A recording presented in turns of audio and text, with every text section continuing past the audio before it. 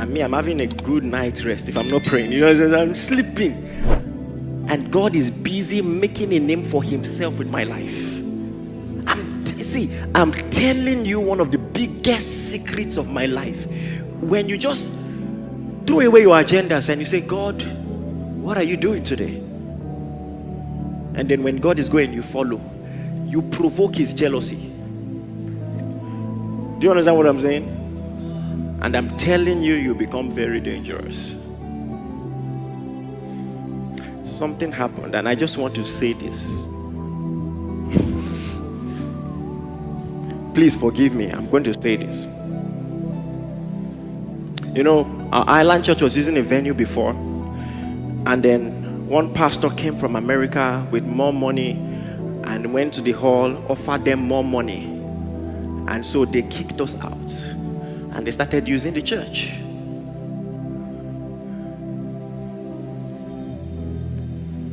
And so, well, as God will have it, we found a better place. We moved on. Well, praise God. You know, some top men of God in this country heard about it, called me. Really, that happened? I said, sir, don't worry. Leave it. In the jealousy of God, it's even better to fight. You don't understand. Because if you don't fight, God now says, okay, vengeance is mine.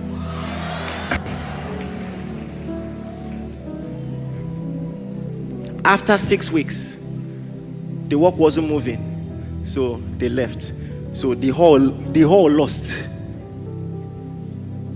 But not just that, the story is just beginning. This is the part that none of you knows, except the pastor in our Dallas church.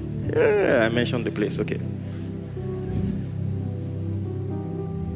What are the odds that you leave this place, you go to start a new work in another continent, in a state in that continent that is bigger than the whole Nigeria, and of all the halls there, you pick a hall, and then when the Dallas church needs a new venue, you are falling out of favor with the owners of that place. They are determined to kick you out. So they call our people and they say, let me show you a hall.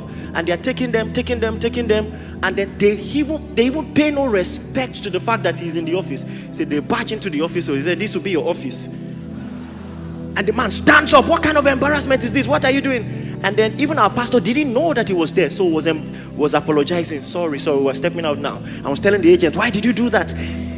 The pastor there didn't know what was happening. I can imagine the shock in the man's spirit when he asked, what church? And he said, Celebration Church. Now, guess what? Because we didn't want trouble, we left. The man has been calling. He has kicked them out. He said, the hall is available. He still called you this morning. I say, okay. He has been calling you. You are finalized.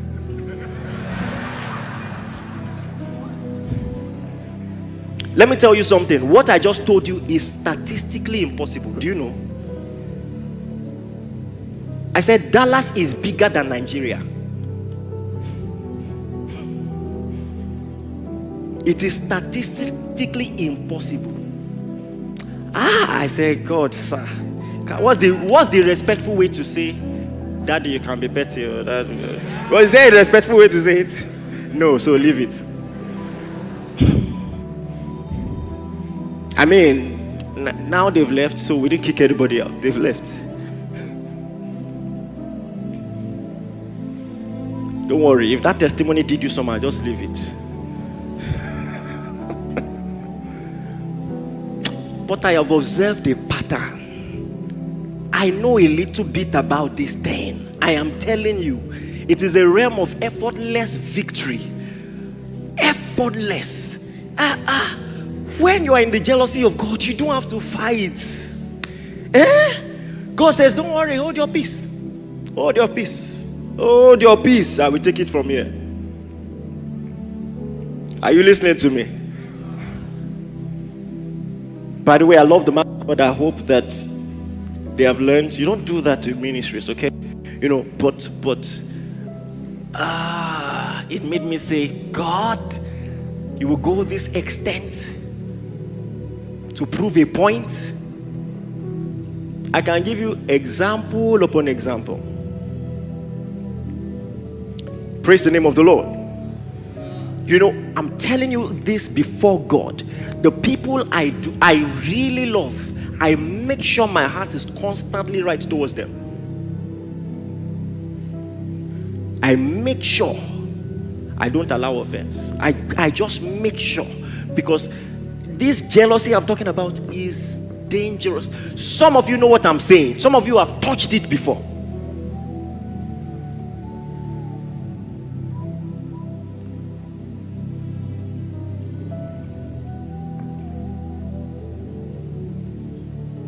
Look at Isaiah chapter 42 verse 13.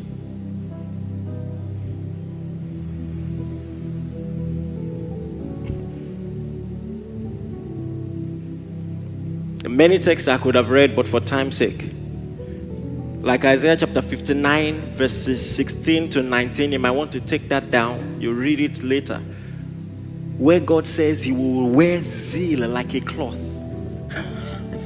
He wears it. He wears the jealousy.